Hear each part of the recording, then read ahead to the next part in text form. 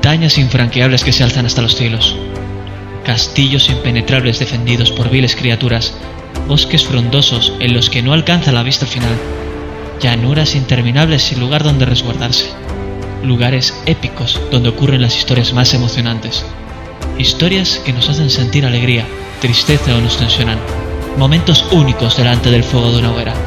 Es la narración que nos llena, es el instante en el que todo se para, por y para unos aventureros, en el que amigos o completos desconocidos tienen algo en común: disfrutar de una buena historia. Es el momento de tirar iniciativa porque... ¡comenzamos!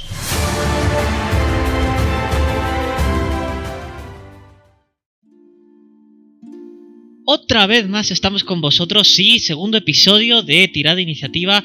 Después de esta entrada épica hemos bajado de ritmo, hemos bajado de nivel y nos hemos puesto en un ambiente mucho más misterioso. ¿Por qué? Pues porque nos han llegado nuevas noticias este pasado mes de enero, y es que Dungeons and Dragons parece que va a sacar una nueva compilación de aventuras que se llama Candlekeep Mysteries, o Misterios de Candelero. Es esa fortaleza en la que, si alguna vez habéis jugado al primer juego de Baldur's Gate, esa fortaleza que en sus muros alberga una enorme biblioteca llena de conocimientos, y es un guiño, una oda precisamente a todo esto. ¿Por qué? Porque va a estar prácticamente basada, la mayoría de las aventuras, 17 si no recuerdo mal, van a estar basadas en el pilar de la investigación. Va a haber un enorme protagonismo de la investigación en esas aventuras. Y no solo esta noticia, también hemos conocido otra, que es que parece ser que se está produciendo una nueva serie de Dungeons and Dragons, y esta vez en live action, con personas reales, con actores, y vamos a ver qué tal es. Vamos a esperarla con muchas ansias, tanto esta serie como la nueva compilación de aventuras, que seguro que tienen una pintaza y que vamos a disfrutar muchísimo. Y comenzamos este segundo episodio de Tirada de Iniciativa con nuestros colaboradores habituales, con Epmer y con Rubén. ¿Qué tal? ¿Cómo estáis? Hola, bien, todo bien por aquí. Hola, muy buenas. Encantado de estar aquí otra vez. Y hoy lo que hemos hablado y lo que queríamos abordar un poco es, en términos generales, un rol que tiene muchísimo peso en la mesa. Es verdad que cuando tienes jugadores experimentados el rol se diluye quizá un poco, pero desde el inicio, y lo vais a notar los que lo hayáis sido, tiene mucho peso el rol del DM. Además de que el DM al final es el que le va poniendo más azúcar y más azúcar a la partida, hasta ponerla en un punto en el que todos los jugadores pues disfrutamos con él, nos pone todos los desafíos que en realidad son los que nos van a poner los pelos como escarpias, o nos va a incluso infundir temor en un momento, y nos va a hacer al final disfrutar de la mesa y sentir esas sensaciones que buscamos con el rol. Lo que queríamos abordar en este primer episodio sobre el DM es varios temas pues que son al final decisiones importantes que uno tiene que tomar a la hora de empezar o de continuar como DM. Y una de las dicotomías que yo creo que prácticamente la primera que se va a encontrar un DM es elegir entre una aventura preelaborada o un mundo que él mismo tiene que crear. Evidentemente lo segundo es más complejo y también tiene muchísima más libertad, y lo que queremos es dar nuestros pequeños puntos de vista desde nuestra experiencia para que también vosotros veáis de una manera o de otra lo que queréis hacer. Epmer, por ejemplo, ha trabajado sobre todo como DM los mundos que ya están creados, mundos oficiales en gran parte, y otros que son pues colaboración, o sea, trabajos que realizan otras compañías basados en el mismo sistema, pero que eso, montan una aventura, la ofrecen, la venden o la comparten, y se puede seguir como DM. Emmer, cuenta un poco tu experiencia en este punto y por qué ves un punto positivo en trabajar con estas aventuras. Bueno, yo creo que el momento más difícil es iniciarte como máster.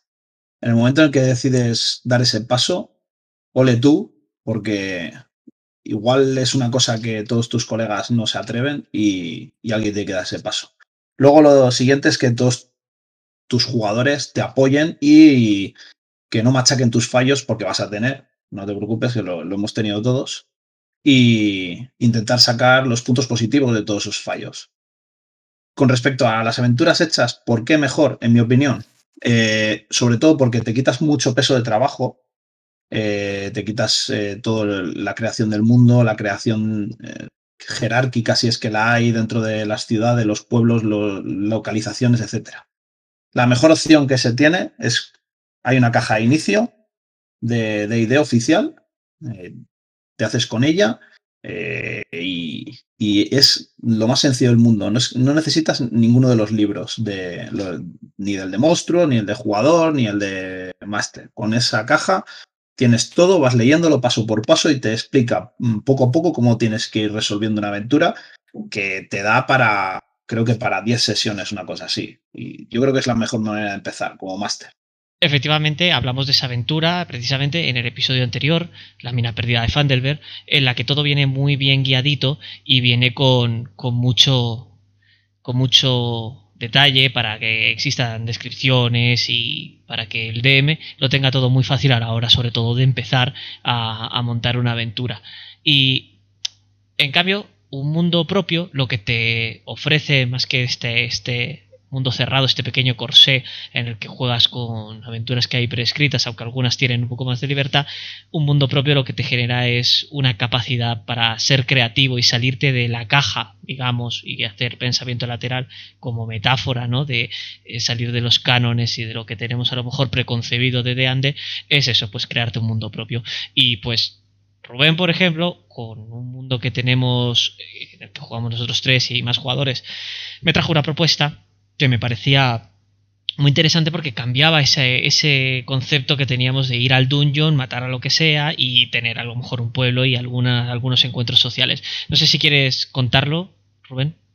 Bueno, yo en un primer momento pensé, bueno, en una historia en la cual haya una ciudad o un reino en el cual haya distintos bandos, una guerra interna con distintos bandos.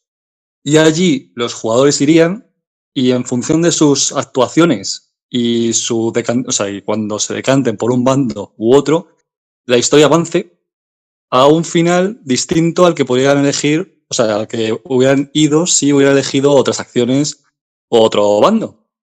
Entonces, eso me parecía interesante de cara a que los jugadores sientan que efectivamente están haciendo historia, están modificando el curso de la partida, de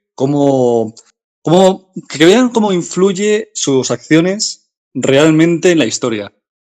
El problema, que cuando tú creas tu propio mundo, tienes que dedicarle mucho más tiempo, muchas más horas, que si te dan ya, pues eso, la historia, la partida ya hecha, y simplemente das tus pequeños retoques, por así decirlo. Sí que es verdad que te da esa libertad enorme en la que vas a construir tu propio mundo y puedes hacer, pues eso, proyectos o como el que contaba Rubén o un montón de cosas más.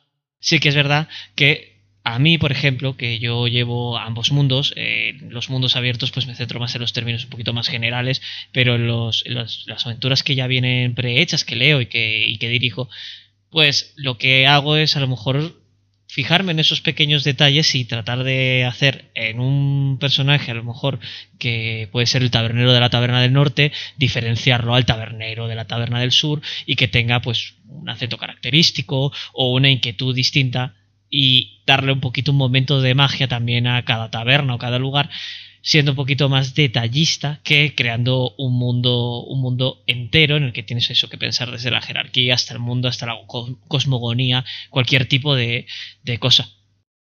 Claro, efectivamente. O sea, yo creo que si tú quieres dedicarle tanto mimo a ese tipo de detalles, música, meter detallitos a los NPCs, eh, esforzarte más a lo mejor en ajustar todo tipo de encuentros, tienes sí o sí que quitar un poco de esfuerzo en la creación de mundos. Por eso, para mí, yo creo que el hecho de que ya te den algo prácticamente montado, que por supuesto tú puedes moldear a todo lo que tú quieras.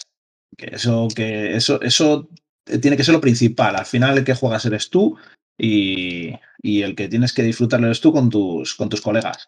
Que te dice que aquí hay un matón y 3 goblins. Bueno, pues no, pues en vez de haber un matón y 3 goblins hay 4 osgos. Pero bueno, que tampoco implica nada. A lo mejor en vez de tener que matarlos, dices, ¿y por qué no doy la opción de que a lo mejor quieran tener un trato con ellos y venderles una mercancía o llevarles a comisaría o comisaría, al alguacil, etcétera? Yo creo que al final esas cosas, que tú le puedas meter esos detalles eh, y, y al final que tú tienes una vida. No puedes estar 24 horas creando una partida. Ahora, volviendo a la libertad que te da el mundo abierto, el mundo creado por ti mismo, pues es verdad que puedes jugar muchísimo más con tus jugadores y además es que es algo que hemos visto o yo he podido ver en algunos otros canales en los que dicen, no, es que nosotros te hablan norteamericanos, bueno, te habla inglés norteamericanos, en los que yo he cogido y he visto comentarios que dicen, no, nosotros no seguimos guías, no buscamos aventuras que estén prescritas, porque al final vas, en primer lugar, guiando al grupo a que suceda lo que sucede en la aventura, y en segundo lugar es que los momentos de improvisación, que a lo mejor no es improvisación, y esto lo vamos a tratar seguro más adelante, en esos momentos en los que estás trabajando con los personajes e intentando darles sus motivaciones y tal, te van a encajar muchísimo más, les vas a dar mucho más protagonismo y vas a poder darles incluso unos guiños que no tiene una campaña que ya está escrita, aunque en las campañas escritas, si eres un poco creativo y le das un par de vueltas, puedes llegar a hacerlo también. Sí, efectivamente. O sea, en un mundo creado por ti mismo, los límites los marcas tú. Puedes hacer exactamente lo que tú quieras. Entonces eso, lo que dices tú, puedes hacer guiños, puedes meterle un toque de más miedo, de más tensión, puede ser una partida incluso cómica, puedes hacer básicamente lo que quieras. Sin embargo, como dice Denmer, eso eh, conlleva a dedicarle muchísimo más tiempo, obviamente. Además, también tienes que medir muy cuidadosamente la dificultad, por lo que un máster novato no debería empezar con un mundo creado por sí mismo, a menos que haya tenido una larga vida como jugador y sepa muy bien cómo hacerlo, pero es muy complicado esos aspectos. Efectivamente, y ya no solo porque sea complicado, porque es evidente que vas a conocer mucho mejor el mundo, la cosmogonía, todo esto, sino porque es que te van a servir de inspiración las mismas aventuras que hayas jugado o que hayas dirigido. O sea, si tú no has jugado prácticamente, has jugado poco, y te metes a ser Dungeon Master, lo que vas a hacer es coger y decir, no, es que esta aventura que jugué yo hace 7 años me gustaba cómo estaba esta jerarquía política y cómo entraba toda la jerarquía política y la sociedad, pero me gustó el final de la aventura de hace 3 años, pero es que justo estos encuentros que yo viví hace 3 meses en esta partida también me gustaron, entonces los voy a ir combinando y bueno, al final lo que tienes es más tablas, tienes una base de la que poder tirar y puedes construir una aventura mucho más interesante que si no tienes comparativa alguna, porque al final uno tiene que inspirarse en algo. Además, y entrando en el tema de la inspiración, a mí una cosa que me gusta mucho es releerme el manual del DM, que tiene un montón de cosas que, además, si eres un DM novato, te van a venir genial porque tiene algunos encuentros o incluso te explica algunas jerarquías o algunos, no sé, si te puede ocurrir que el dirigente de un pueblo, generalmente nosotros a lo mejor en el habla española concretamente tenemos pensado que es el alcalde, pero es que luego se te puede venir el alguacil, el intendente, el burgomaestre, el tal, simplemente releyendo el manual del DM o te puedes inspirar, incluso tienes normas opcionales de asedio, tienes un montón de cosas que te pueden dar ideas sobre qué encuentros tener. También zonas, que si desierto, que si ártico, que si lo que sea. Y ya no solo eso, sino el manual de los monstruos. El manual de los monstruos yo muchas veces me lo releo para darle más profundidad a mis criaturas o para encontrar alguna criatura que a lo mejor no he usado, que no tengo tanto en mente y decir, ay, pues mira, esta criatura está chula para ponerla en un encuentro e incluso basar mi mazmorra en una criatura o en varias criaturas que haya leído en ese momento que me puedan cuadrar y que tengan relación unas con otras. A mí lo que comentas sobre leer el manual de monstruos es una cosa que puedes llegar a darle una riqueza brutal. ¿A qué me refiero? En el manual de monstruos te dicen unas pinceladas de cada tipo de criatura, pero en el manual de Bolo hay ciertas razas, entre comillas, que están más extendidas. Sin ir más lejos, por ejemplo, a los goblins.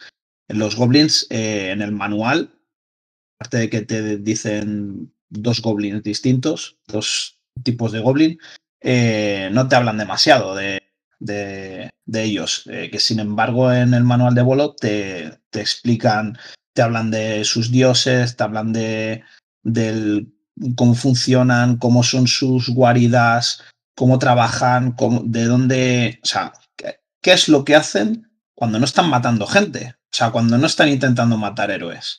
Porque al final, muchas veces tienes que pensar qué hacen los enemigos cuando no están los héroes cerca. Porque no van a estar continuamente con la lanza de la mano esperando a que les salte alguien para matarlos. Pues ellos harán sus cosas como digo yo, que irán al baño, que comerán, que dormirán, que, en fin, hacen sus cosas y todo eso es lo que le da la riqueza. ¿Quiénes son los aliados de los goblins? Pues los osgos. Vale, ¿y por qué no pueden vivir osgos con ellos? Vale, ahí ya tienes otro detalle para añadir a un encuentro de goblins. Ya, pero es que yo quiero meter con los goblins, qué sé yo, una saga. Ya, pero ¿qué hace una saga ahí? Porque eso te lo van a preguntar los jugadores. Sí, y ya no solo que te lo pregunten tus jugadores, sino que es importante que tú mismo te hagas esas preguntas para darle una explicación y una profundidad. Que si la saga les ha engañado, ha negociado con ellos, los ha dominado, que si de repente la adoran porque lo que sea. Y además es importante que yo creo, además es algo que yo intento aplicar a mis partidas, es que todo tiene que estar vivo. O sea, al final, igual que con la evolución de cualquier personaje de cualquier historia, no puede ser igual en el momento que inicia la historia al momento en el que termina. No puede ser que el villano principal esté exactamente igual en el momento de inicio que en el momento final. Ni el pueblo ni siquiera. No puede ser que todo lo que ocurra mientras estéis vosotros en un pueblo como héroes o como villanos, como lo que queráis ser, no repercuta prácticamente en el pueblo. Para mí todo tiene que estar un poco vivo, porque si no al final se queda todo muy plano y le falta precisamente esa parte de evolución que evidentemente tiene que tener cualquier historia en cualquier lugar. Efectivamente, todas las situaciones evolucionan, no solamente los personajes. Si tú vas a un pueblo que está regido por un tirano y decides matar a ese tirano, ¿quién toma el relevo de ese tirano? A lo mejor toma el relevo un tío que tú creíste que era una buena opción, pero cuando vuelves, ese tío es peor que el tirano al que derrocaste la última vez. ¿Qué haces ahora? ¿Vuelves a matar a ese tío? Entonces ahora tienes al pueblo en contra, porque el pueblo es el que puso a ese tío. Entonces, la evolución que tú marques dentro de tu aventura vuelve otra vez a complicar otra vez el ejercicio de la creación y por supuesto que tú dentro de una aventura hecha puedes hacer ese tipo de cosas. De hecho, una de las campañas escritas te habla de esta forma de trabajar pero claro, tú todo eso tienes que ir tomando apuntes y si encima es una aventura o un mundo que tú has creado, eso es más y más páginas de Word o de cuadernos. Sí, efectivamente, y es trabajo que vas a tener que hacer o que puedes dejar al azar, pero para darle más profundidad es un poco conveniente trabajarlo. Luego además cuando te enfrentas a trabajar un mundo o tu propia aventura, tienes que tener muy en cuenta los encuentros que vas a tener. Es cierto que en una aventura escrita pues los vas a tener más o menos cuadrados, más o menos, porque también hay encuentros que hay que ajustar, pero es cierto que es fácil, y sobre todo en D&D, de que tenemos, yo creo que todos los masters que hemos jugado un poco a la quinta edición, ese miedo de sobrepasar un encuentro y que, sobre todo a los primeros niveles, nivel 1, 2, hasta incluso el 5, es que los personajes muchas veces son de papel y tienes que tener mucho cuidado con lo que les pones delante. Y además es que el CR o la clase de desafío muchas veces está muy desajustado. A mí a veces ha habido partes que les ha costado más matar a 4 zombies que matar a 6, 7, 8 goblins o no sé, o 3 goblins y un jefe goblin, una cosa un poquito que se supone que es para más nivel. Y yo recuerdo una anécdota que yo no fui el máster, fue Rubén precisamente, en la que con una criatura de nivel, yo no sé si era un cuarto, uno, una cosa así, en una parte de nivel 1, con un crítico, destrozó, pero volatilizó a un personaje que estaba a tope de vida y tal, y lo mató directamente. Yo no sé si recuerdas, Rubén. Así es, así es. Fue tal cual como lo dices. Bueno, yo empezaba a masterear y bueno, me hice con una página, no sé si podremos ponerla en la descripción o no sé si podremos compartirla de alguna forma. Es una página donde puedes poner los enemigos que quieres meter en tu partida y automáticamente te va diciendo con el número de jugadores y sus niveles si te estás pasando mucho o no, ¿vale? Es una página bastante bien. Sin embargo, usando esa página, veía que con un grupo que llevaba era como demasiado sencillo todo. O sea, les puse un par de arañas gigantes en una cueva, por ejemplo. No, miento, una araña gigante solamente les puse al final. Y según la página, era una dificultad media alta y se la cargaron en 2 rondas. Entonces, quise ir un poquito más para allá, un poquito más allá, y puse un enemigo un pelín más complicado a un segundo grupo. Y efectivamente el enemigo hizo un crítico de tal intensidad que dejó frito a un jugador directamente. Entonces, por eso digo que los mundos propios son más complicados de lo que parece a simple vista. O sea, tienes que tener muchas cosas en cuenta. Y no solamente el nivel de dificultad, que además cuando juntas varias criaturas no es una suma realmente. O sea, el nivel de dificultad, según van aumentando los enemigos, crece exponencialmente. También hay que tener en cuenta, por ejemplo, el daño que pueden hacer en un turno. O sea, por ejemplo, el enemigo que les puse era un nivel medio alto para la party. Sin embargo, era medio alto teniendo en cuenta, por ejemplo, sus puntos de vida, que eran muy pocos, pero no tenía a lo mejor tan en cuenta el daño que podía hacer en un solo turno. Entonces son muchas cosas a tener en cuenta para hacer un mundo propio. Claro, es que yo recuerdo que él volatilizó, yo no sé si fueron, fue un infligir heridas, no recuerdo cuánto era ahora mismo, si son 3 de 6, pero claro, al multiplicar el crítico se hace 6 de 6 y es que es totalmente infumable. Entonces, aunque sean enemigos débiles, hay que tener mucho cuidado. Sí, no sé, yo recuerdo que le hice 30 de daño teniendo vida de como de 10 de máxima, ¿sabes? Y algo que sí que es verdad que, volviendo a todo este tema de creación y tal, algo que sí que es verdad que yo me he encontrado es que es muy difícil mantener una tensión adecuada en una aventura propia, es muy difícil el poder generar las suficientes pistas como para que el jugador vaya hacia adelante y tal y no se frustre. La frustración es algo que suele suceder cuando generas una aventura propia porque muchas veces las elaboradas, aunque también puede pasar, en las elaboradas hay una concienciación de que tienen que encontrar la pista, de que tiene que ser todo más sencillo, cosa que a lo mejor a veces en otro tipo de, pues eso, en un mundo propio, puedes perderlo y si quieres jugar con ese factor sorpresa sin haber testeado ese mundo o estás testeándolo, a lo mejor el jugador se te queda un poco plof. Sí, sí, efectivamente. Bueno, he conocido muchas personas que hacían de máster en las partidas online y es un riesgo bastante elevado de eso, cuando haces tu propio mundo, que pensar una cosa que para ti es muy sencilla, a lo mejor tus jugadores no caen. Entonces sí que te frustra mucho, a lo mejor si eres máster y ves que tus jugadores pues empiezan a investigar, no dan con la clave, al final te puedes llegar a frustrar también por ese aspecto. Y luego también otra parte muy, muy incómoda para un máster, también hablando un poco de ese tema, es cuando a lo mejor un jugador se te va. Si es un mundo propio, a ver, si un jugador se te va con una partida creada ya, o sea, ya prehecha, pues bueno, a lo mejor tiene sus cosas, ha decidido que no le convence la partida, pues bueno, se va.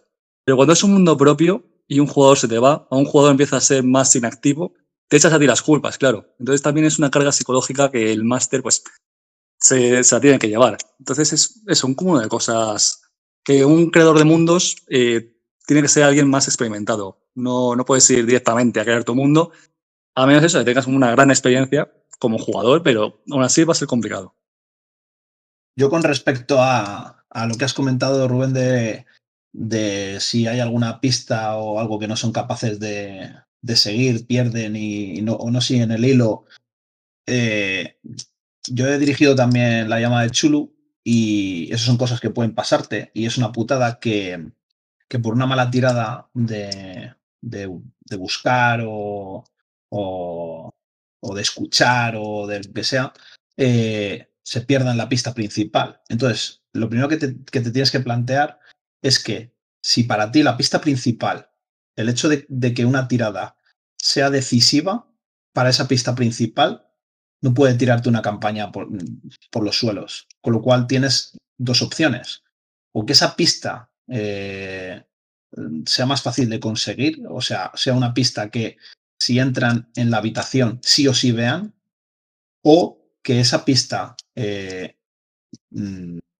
esté luego en otro sitio, o de alguna manera esa pista la tienen que encontrar, porque si la campaña depende de que alguien vea que, yo qué sé, vamos a ponernos en D&D, estáis buscando una daga en concreto para dársela al rey de no sé dónde. Si no encontráis la daga, no volváis.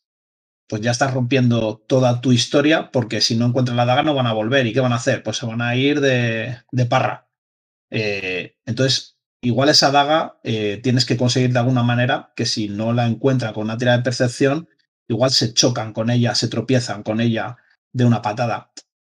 Suena un poco en plan, les estás regalando la pista, pero es que en verdad ellos han luchado para estar ahí, o sea, han ido a por ella. Igual no tienes que escondérsela, hazles la tirada, igual encuentran la daga, pero hay un contratiempo. Y eso, por ejemplo, en los juegos de PBTA se soluciona bastante bien. No, si estoy de acuerdo contigo, o sea, si es un elemento importantísimo para la campaña, efectivamente tienen que hallarlo de alguna forma. Si no es por la vía principal, tienes que buscar otro método. A lo mejor la daga que dices tú no la encuentran, pero a lo mejor cuando se están yendo, a lo mejor hay un enemigo que la ha encontrado y se lanza por ellos. Y hostia, que tiene la daga. Es eso, el poder de la imaginación, es buscar otras maneras. Sin embargo, Exacto. a mí lo que, como máster, lo que me ha dado mucha rabia mejor es preparar cosas secundarias, como por ejemplo, yo qué sé, tener un personaje que lleve un arma +1 y a lo mejor tú eres como máster, decides que ese personaje no jugador va a morir y de alguna forma, para darles ese pequeño trofeo a tus jugadores, si consiguen salvar, por así decirlo, el cadáver. O a lo mejor has preparado una sala con trampas y un tesoro especial y no han dado con esa sala. Eso me da más rabia, por ejemplo, que cuando lo que dices tú, un elemento primordial, porque el elemento primordial tiene que salir sí o sí. Pero una cosa secundaria mejor no tiene por qué salir y a lo mejor te la has preparado, te la has hecho a lo mejor incluso algún guiño para un personaje en concreto y eso no lo van a ver. Y eso sí que me da más rabia como máster. Es verdad que fastidia muchísimo cuando tienes algo preparado y tus jugadores no lo ven, lo quieren saltar, no les parece relevante o cualquier cosa del estilo. De todas maneras, yo algo que pienso es que siempre, y esto va a pasar yo creo que al 100%, sino al 99% de los masters, siempre vais a preparar contenido que se va a desechar. Es más, ya no solo eso, sino que es recomendable que se prepare contenido que seguro se va a desechar. Como por ejemplo, distintos finales. O sea, si en esta batalla final muere alguien o no muere, si el personaje que es el antagonista mata a alguien, cómo va a reaccionar, o qué haría si, por ejemplo, los deja inconscientes y los quiere raptar, si no se dejan hacer ese rapto, cómo resolvería la situación. Quiero decir, siempre es recomendable hacer distintos escenarios en los que tú piensas cómo te va a salir o cómo no. A lo mejor quieres reconducir tú la situación al que más te gusta, pero es que los jugadores al final son copartícipes de la aventura y es que se te van a ir a cualquier lado. Entonces, un máster siempre va a tener un montón de contenido que ha preparado y que no va a salir. Y además es que va a repetir la aventura 1, 2, 3, 5 veces con grupos distintos y es que a lo mejor un contenido no lo saca. Lo de que dices de las misiones secundarias que se van al traste, dirigiendo precisamente la mina de Phandelver, yo o sea, puse mucho énfasis en, digamos, en la explicación de la misión principal. Y aparte, los personajes tienen unas misiones secundarias que les piden, que les solicitan y bla, bla, bla. No voy a entrar en detalles para no hacer spoiler. El caso es que mis jugadores, o sea, uno de ellos se metió mucho y dijo, no pienso ir no pienso ir a hacer otra cosa que no sea esto, porque esto me corre prisa. Y fueron del tirón, o sea, hicieron toda la misión principal, o sea, pasaron de todas las misiones secundarias, que creo que son 5 o 6, que son un carro de ellas. Entonces, en un principio no me frustra, porque en ese caso, es una misión ya hecha, pero claro, es una misión ya hecha, pero que tú tienes que tener preparado. De aquella cuando la jugué, montaba las partidas en casa, no las hacía online. Entonces, prepárate todos los muñecos, prepárate todas las estadísticas, prepárate todas las hojas de tal y que cual. Y ahora online es todavía peor, porque encima te tienes que poner a hacer tokens, te tienes que poner a meter mapas, etcétera, etcétera. Es una putada, por supuestísimo, pero que se van a ir de parra los jugadores, vamos, seguro. También, en ese sentido, el máster tiene trabajo y ya no solo de preparación, sino también de improvisación. O sea, al final, un máster experimentado lo que va a intentar es que, aunque exista una aventura en la que no se motiva a los jugadores a hacer unas misiones secundarias, lo que sí que puede hacer es generar el suficiente interés o urgencia como para que sea interesante para los jugadores ir, o, en todo caso, improvisar. Es verdad que a lo mejor en una aventura en la que has localizado algo en un lugar, no puedes hacer que ese, pues, por ejemplo, ese asentamiento de bandidos que te has marcado en el mapa como que está al este aparezca de repente en el norte. Sí que puedes hacer a lo mejor que se encuentren con los bandidos y los bandidos les molesten lo suficiente como para que no puedan avanzar en su misión principal. Pero claro, no puedes inventarte las cosas así con un Deus Ex Machina que no tiene ningún sentido. Pero sí que la parte de la improvisación puede funcionar. Por ejemplo, si no tiene localizado el campamento de bandidos en el mapa y tú quieres que sí o sí, porque es que si no van a tener dificultades luego, quieres que se encuentren con esos bandidos, cámbialo de lugar. O haz que se pierdan. O cualquier cosa de ese estilo. Improvisa que al final también es tu partida y tienes que poder ayudar a tus jugadores a solucionar todos los problemas que se vayan encontrando. Sí, efectivamente, un máster tiene que llevar mucha improvisación y también, pues eso, tiene que lidiar con esa frustración que muchas veces se ocasiona. Y evidentemente algo que también le puede pasar al máster es que tenga, además, que esa capacidad de improvisación la tenga que llevar a cabo. O sea, a mí me ha pasado de tener que improvisar una escena porque yo no tenía planteada esa batalla, incluso una mazmorra. En una ocasión fue como, bueno, vamos a meternos en estos túneles subterráneos. Y dije, vale, no tengo ni un combate preparado porque la aventura está, existen estos túneles subterráneos, pero no tengo ni idea de lo que hay porque no pone nada. O sea, se sabe para qué se utilizan y tal. Entonces yo ahí tengo que generarme una historia y es que tuve que hacerlo y eso te va a pasar. Yo creo que vamos, en esa situación, yo soy un máster novato y de repente, o sea, un máster novato me refiero que a lo mejor es mi tercera partida dirigiendo, la segunda, la cuarta, y me dicen mis jugadores, queremos ir aquí y tú no tienes nada preparado, vamos, me falta tiempo para decirles no tengo nada preparado ahí. Así que es que no vamos a divertirnos porque no he preparado nada. Y es que a mí me parece eso lo primero que he dicho es que si tú dando un paso como para hacer de máster y tus colegas o amigos o como lo quieras llamar, se han decidido a que tú seas el máster, ese es el apoyo que ellos te tienen que dar. Si tú dices, yo no tengo nada preparado, lo siento, porque es que no me pensaba que ibais a ir aquí, es mejor decir eso que en 10 minutos sacarte algo que, en mi opinión, no va a ser tan satisfactorio, o es mi opinión, no va a ser tan satisfactorio como si lo hubieras tenido preparado. Bueno, en ese aspecto estoy de acuerdo contigo, que si no tienes nada preparado, pues adelante, lo dices y ya está. Pero eso lo veo más para las presenciales. Una partida online tienes mucho más tiempo para improvisar, para sacarte de ahí del apuro. Y, por ejemplo, estuve mastereando hace relativamente poco pues una zona de un reino que llevamos nosotros en una partida de mundo abierto. Y me acuerdo que tenía que ganar un poco de tiempo porque había un grupo que había ido justo antes que un segundo grupo. Y, y el primer grupo era muy lento, iba muy lento. Y el segundo grupo era todo actividad, muy, muy ansias. Y me acuerdo, empecé a sacar cosas en plan por ganar tiempo. Eso se convirtió en una misión y al final los jugadores se encontraron luchando contra una secta que ni tenía preparada. Y bueno, aparte de, quitándolo del crítico que maté a uno, fue una experiencia bastante divertida. Y de hecho, uno de los jugadores me dijo, joder, es que estoy disfrutando con tu partida como con ninguna. Y yo, joder, pues es que esto me lo he sacado de la manga totalmente. Entonces, eso es una ventaja, por ejemplo, de las partidas online, que la improvisación está bastante a la orden del día.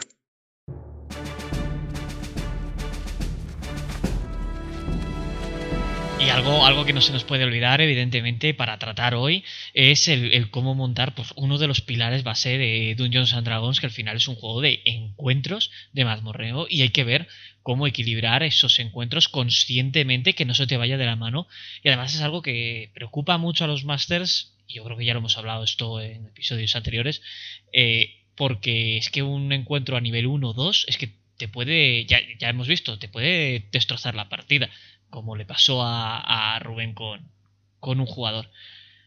Entonces, yo quería saber cómo montáis vosotros personalmente vuestros encuentros. Por ejemplo, Emmer, ¿cómo lo haces tú?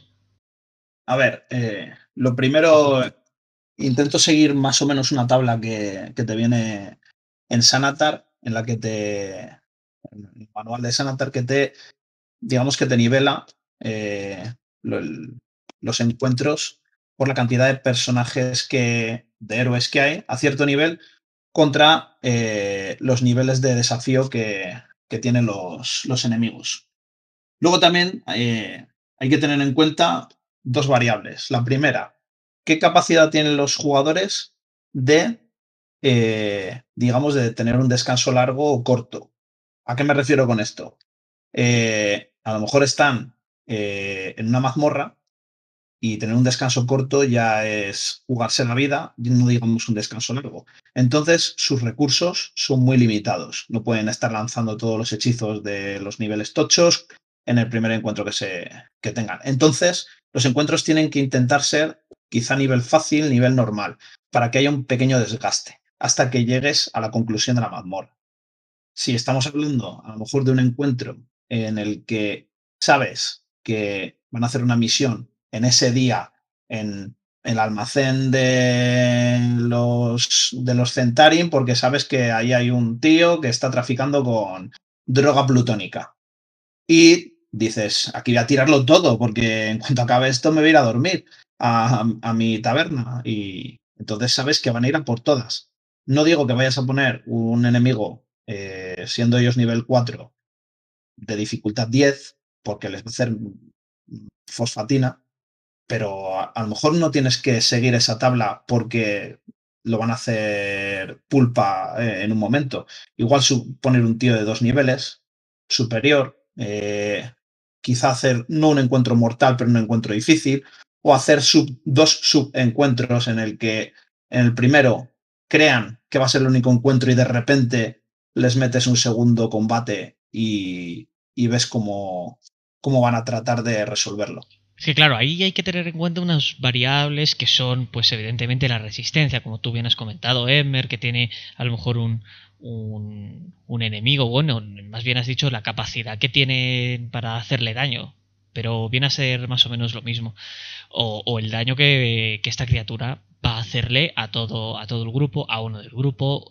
Además, también vas a intentar nivelar según el número de jugadores y según la party y su experiencia. Evidentemente no es lo mismo una configuración que ya sabes que es mala, pero porque ellos todavía tienen desconocimiento de cómo funciona el sistema, a ver una party de gente ya experimentada que te está haciendo grupos equilibrados y con bastantes diferencias entre ellos que pues eso, que hacen sinergias y que se solapan y que te pueden destrozar perfectamente el grupo que tenías planteado para 4. Ya si son 5 ni te lo puedes imaginar. Tú, Rubén, ¿cómo preparas tus encuentros, por ejemplo?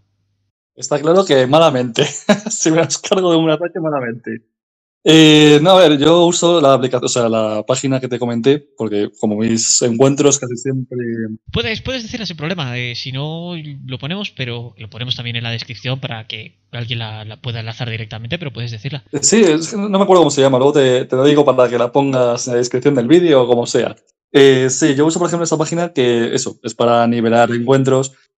También uso pues, la propia guía de las criaturas, ves el nivel de desafío, vas ahí calculando un poco. Sobre todo me dio eso con la página, que está bastante bien. Y también, ahora que tengo un poco más de idea, miro lo que decía antes. No solamente la criatura en sí, sino también el daño que puede hacer por cada turno. Si tiene alguna habilidad especial que pueda ser problemática para la party. Son muchas cosas eso que tienes que tener en cuenta para no cargarte y hacerte un TPK a la party, vaya. Entonces, eso, simplemente es mirar la criatura, mirar sus estadísticas, sobre todo eso, el daño que puede ocasionar, porque si es un daño excesivamente grande, aun siendo una criatura débil, pues hay que tener cuidado con eso. Y ya no solo el preparar los encuentros a nivel táctico-mecánico, sino que hay que preparar los encuentros y ver cómo se resuelven a nivel interpretativo. Quiero decir, no es lo mismo lo que va a hacer o decir, bueno, lo que va a hacer en este caso, por ejemplo, una araña gigante que va a actuar por supervivencia, quizá huya cuando se vea acorralada o trate simplemente de atrapar a su presa, pero no de matarla, sino de guardársela. Pero si no, también hay que pensar, pues eso, cómo va a actuar una persona como puede ser un mago que tiene una gran inteligencia.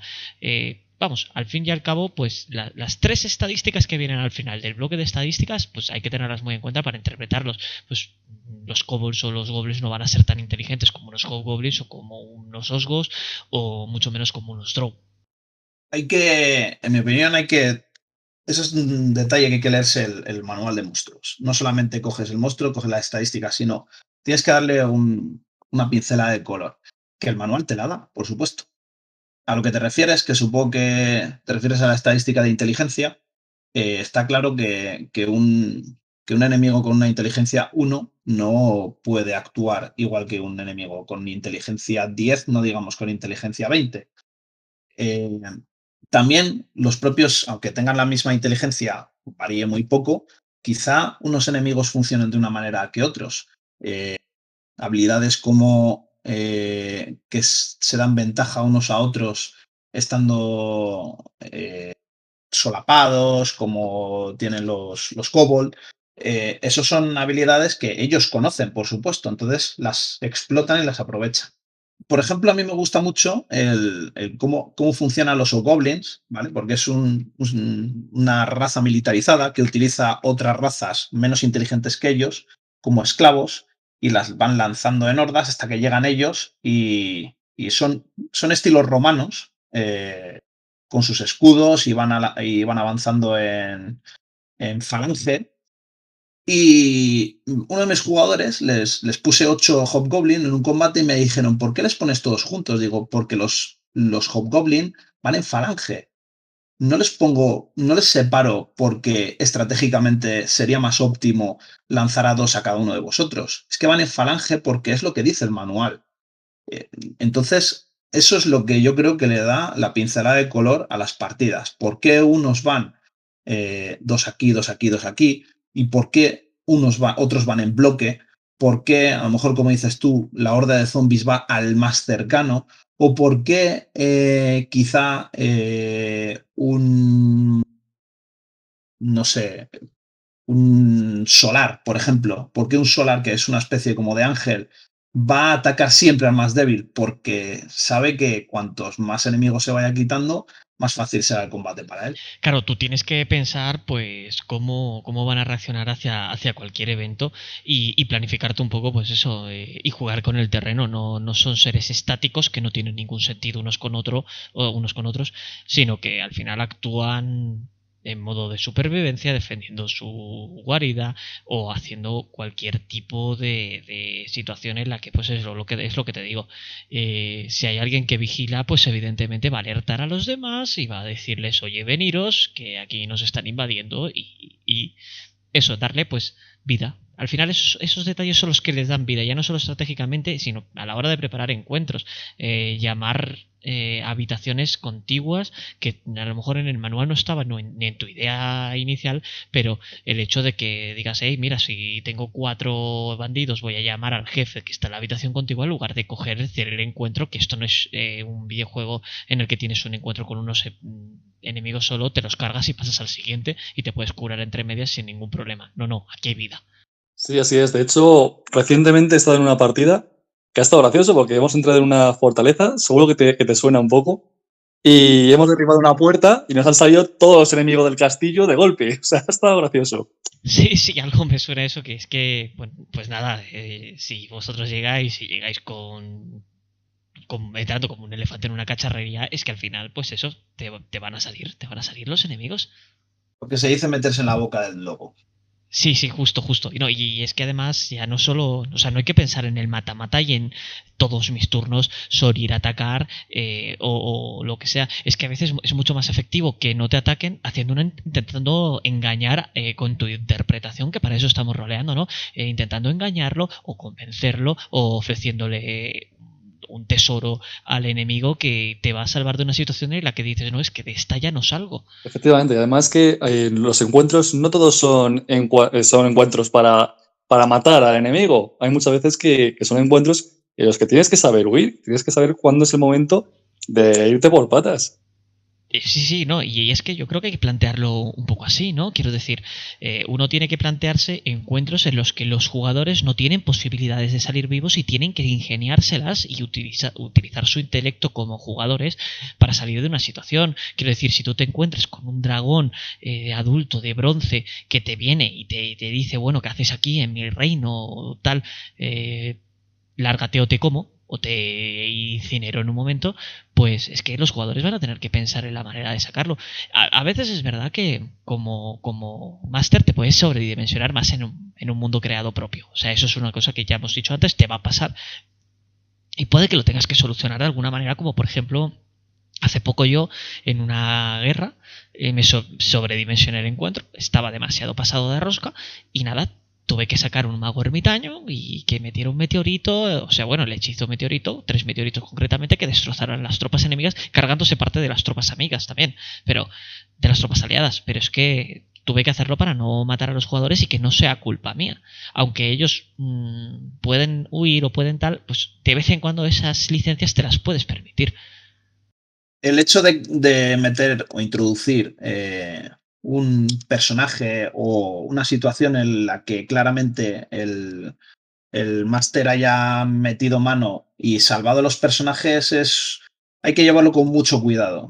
¿Por qué? Porque si no, los jugadores van a sentir una sensación de que da igual lo que hagan, van a sobrevivir. Y eso no puede ser.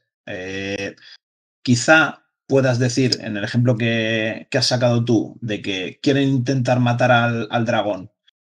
Igual el dragón, por su alineamiento, lo digo porque has hablado de un dragón adulto de bronce, por su alineamiento no les va a matar. O a lo mejor les deja inconscientes y les deja despertarse y les explica o les da una misión para redimirse por esa intrusión. Pero con los dedos es máquina hay que tener mucho cuidado, por lo que digo. Si la sensación que tienen los jugadores es de que da igual lo que hagan, van a sobrevivir, es un fallo, porque al final van a hacer locuras, te van a romper toda la lógica en las partidas y casi es mejor hacer un TPK y decir, mira, es que no podéis hacer lo que os dé la gana. A ver, sí, a veces el TPK es la mejor o total party kill, ¿no? Para quien no está habituado con el término, es la mejor opción para también enseñar una lección a los jugadores, pero también, pues eso, tienes que evaluar tu party y tal, sobre todo porque te puede pasar que tengas jugadores que se mosquen mucho contigo por morir.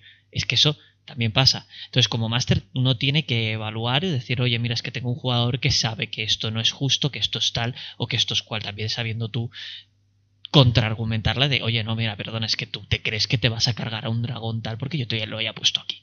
No tienes la capacidad de matar absolutamente todo porque tú no eres Dios. Eres un jugador, eres un héroe y estás empezando tu aventura o estás terminándola, pero te has pasado. O aquí has jugado mal. Aquí habéis hecho el cafre y habéis muerto. Y esto es lo que hay. Pues eso tiene que ser así. Pero teniendo cuidado eso, con tipo de jugadores que tienes en la mesa, porque es que hay sensibilidades muy distintas entre los jugadores que te vas a encontrar en tu mesa. Hablando de tipos de personaje, de jugador, eso es una cosa que en quinta edición no hablan y en cuarta edición te lo dicen, que existen X tipos de jugador y que intentes descubrir qué tipo de jugador es cada uno de tus jugadores y le intentes dar pinceladas a cada uno. Que yo creo que es una cosa que hubiera estado bien que viniese en el manual de quinta edición para eso, para lo que estamos diciendo que es para másteres noveles, y en quinta no te habla nada de eso.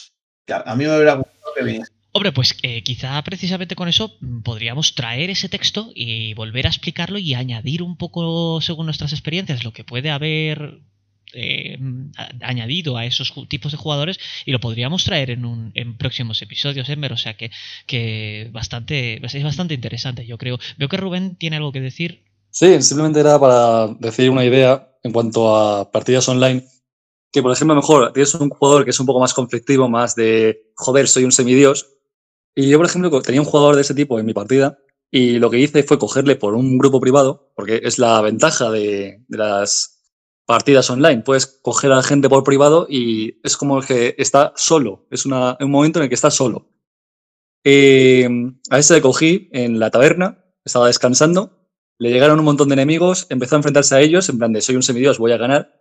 No ganó, murió y luego resultó que fue una pesadilla. Fue como un pequeño toque de atención. Y es una cosa así útil en partidas online, que puedes hacer esas cosillas, esos toques de atención por privado, porque no se tiene por qué enterar todo el grupo de que ha pasado esto, porque es una vivencia única para ese jugador.